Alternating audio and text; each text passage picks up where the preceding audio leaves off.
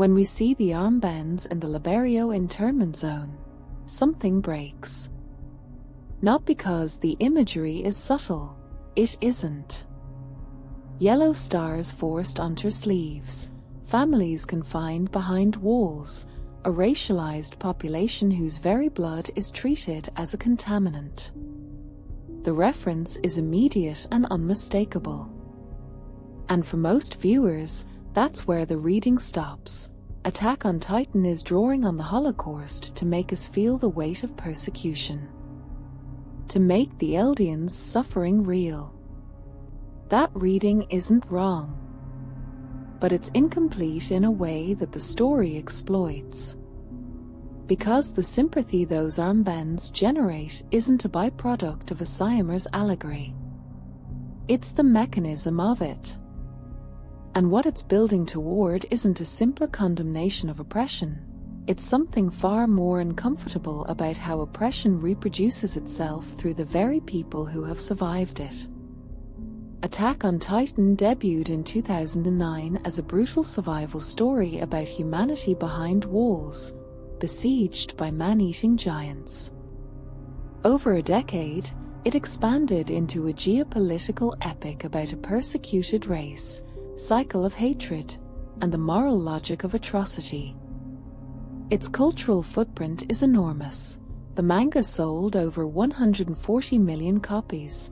The anime broke global viewership records. And as the story moved beyond the walls into Marley and the wider world, it became impossible to ignore the real-world histories it was engaging. The Holocaust, the Warsaw Ghetto, Armenian Genocide, Apartheid, the Israeli-Palestinian conflict. These aren't tangential associations. They're the structural material the story is built from. And how Saiamer uses them, and what he's arguing through them, deserves a more precise reading than the one most discussions default to. Here's the argument. Attack on Titan's final arc structurally reveals that Saiamer built the Eldian genocide allegory not to condemn oppression from the outside, but to demonstrate that genuine, historically grounded victim narratives are the exact mechanism by which societies justify becoming perpetrators. The manga doesn't merely show that victims can become oppressors. That's observation. It demonstrates that the moral authority of victimhood, once internalized as identity, doesn't prevent atrocity. It enables it. And this is falsifiable.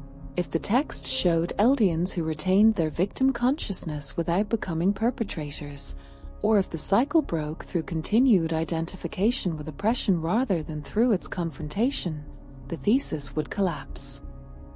The story goes somewhere more specific than a cycle's a tragic. It goes to the place where the armband and the gun become the same instrument. Let me break this into the pieces the argument requires. The first subclaim. The Marley arc deliberately mirrors Nazi ghettoization and Holocaust mechanics to give readers authentic sympathy for Eldians, and then uses that exact sympathy to implicate those same readers when Eren commits genocide. The identification with victims isn't incidental. It's engineered. The manga establishes the Liberio internment zone with specifics that leave no room for ambiguity. Eldians wear armbands marking their race. They live in a walled district they cannot leave without state permits. They are subject to arbitrary police violence. Their children can be conscripted as weapons of the state. The blood libel Marley propagates, that Eldians carry their devil's blood and are biologically dangerous, is given institutional form through the warrior program, which transforms children into living weapons. Every detail maps onto historical persecution with a precision that goes beyond generic oppression. This is Holocaust imagery. It's designed to trigger a specific moral response, identification with the persecuted. And it works.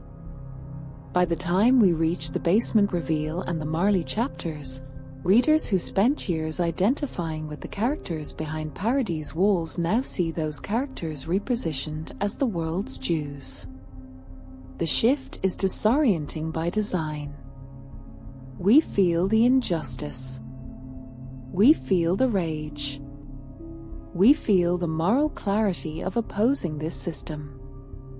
Then the rumbling happens. And Eren Yeager, the character whose persecution we felt most viscerally, initiates a genocide that would exterminate 80% of humanity. The horror of the moment isn't just that a hero becomes a monster. It's that we understood why. We were prepared to understand why. The sympathy we developed through the Holocaust imagery doesn't disappear when Eren makes his choice. It's what makes that choice legible. We can follow the logic because we internalized the suffering that produced it.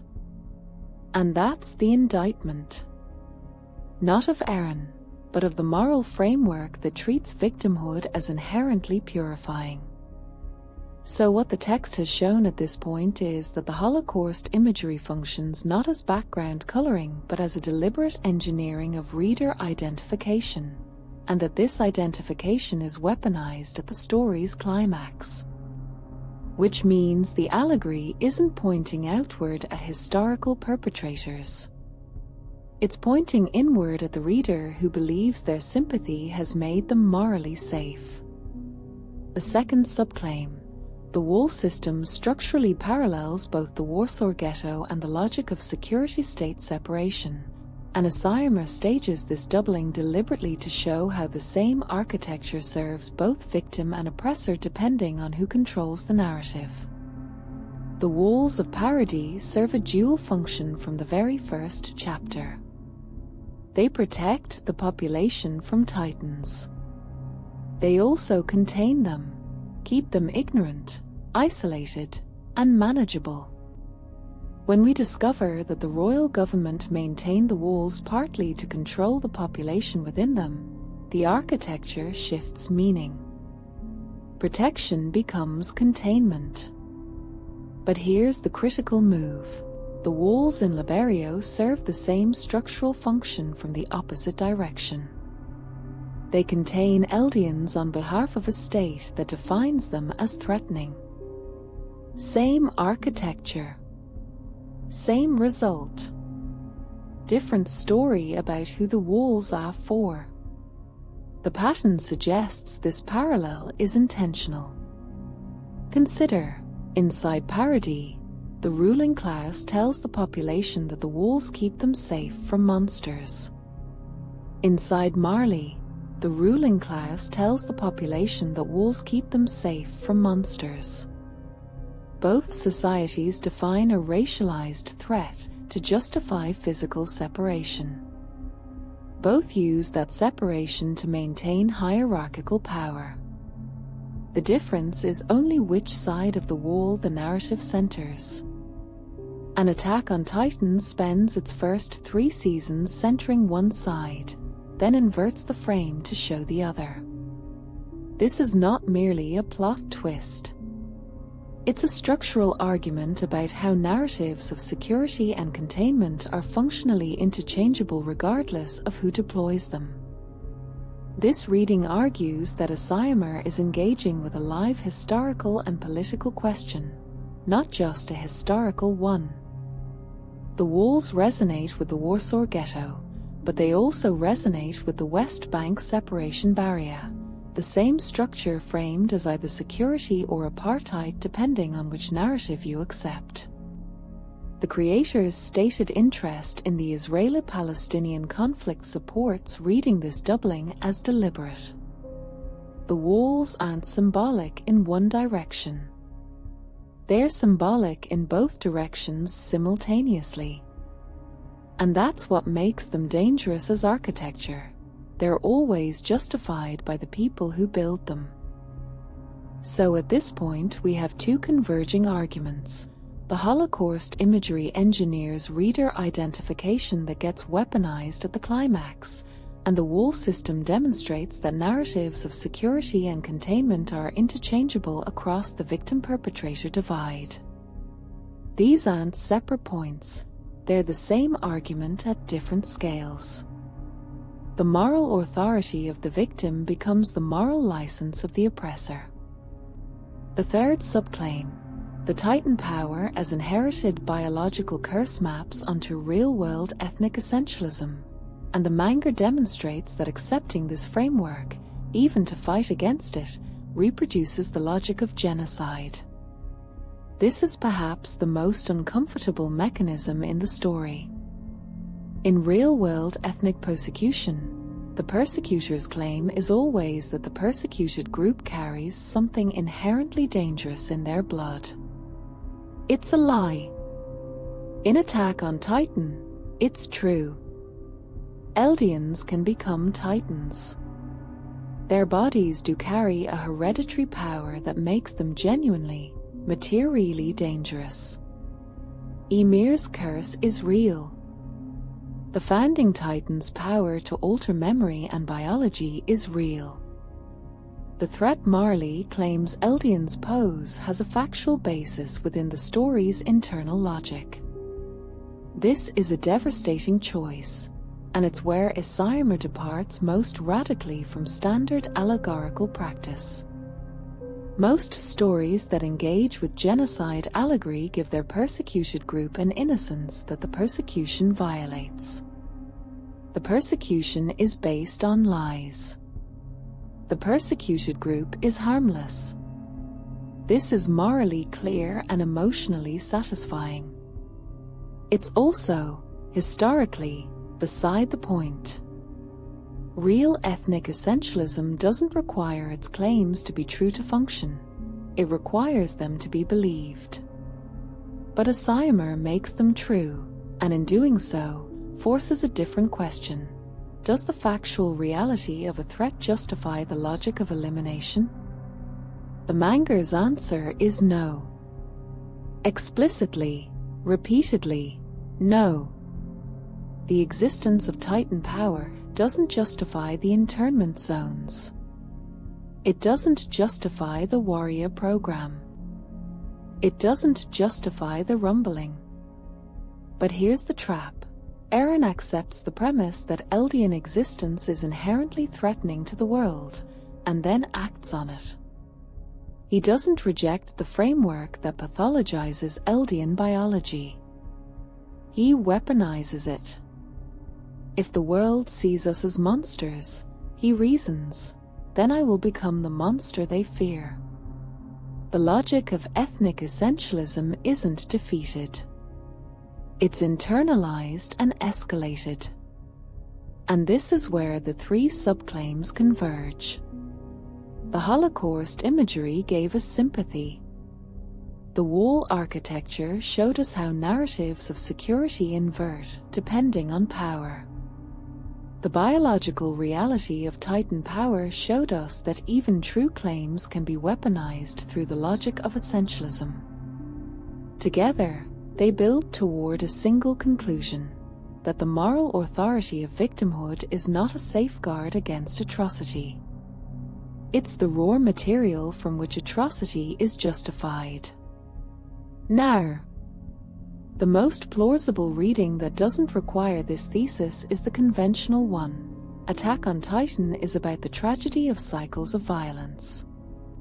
Oppression creates resistance, resistance creates oppression, and the cycle continues because each side can justify its actions through its own suffering. This reading accounts for much of the text. It explains the Marleyan parody mirror. It explains Eren's choice. It explains the ambiguous ending where conflict persists.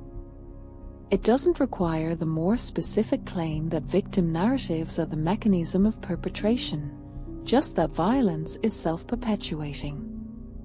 But this reading has a gap it can't explain: the specificity of the Holocaust imagery. If the point were merely if violence begets violence, Any form of oppression would serve the allegory. Assimer chose the most historically loaded victim narrative in the Western consciousness, a narrative with such overwhelming moral clarity that identifying with its victims feels effortless, and then built his climax around the moment that identification leads to atrocity. The conventional reading treats the Holocaust imagery as set dressing that makes the tragedy feel heavier. The thesis I'm arguing treats it as the argument's central mechanism. If it were just set dressing, the story would work the same way with any persecution narrative. It doesn't. The moral weight of the Holocaust is load-bearing.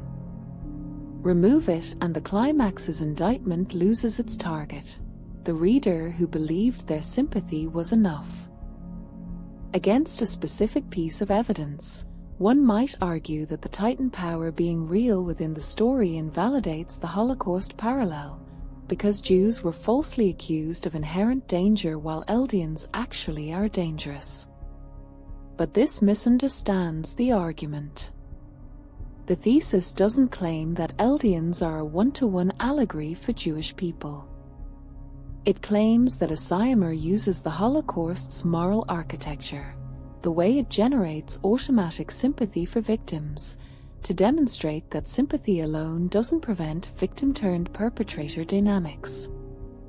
Making the threat real within the story makes the argument harder, not easier. It removes the comfortable distance of the persecution was based on a lie. It forces the question, even if there were a real basis for fear, does the logic of elimination become justified? The answer the story gives is still no.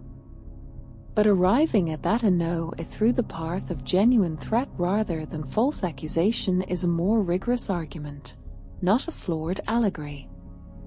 If the thesis is correct, several things follow.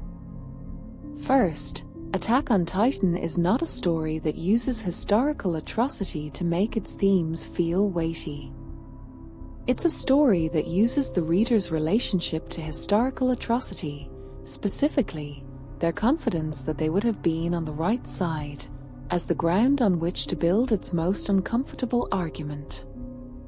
This makes it a more formally ambitious work than its reputation suggests.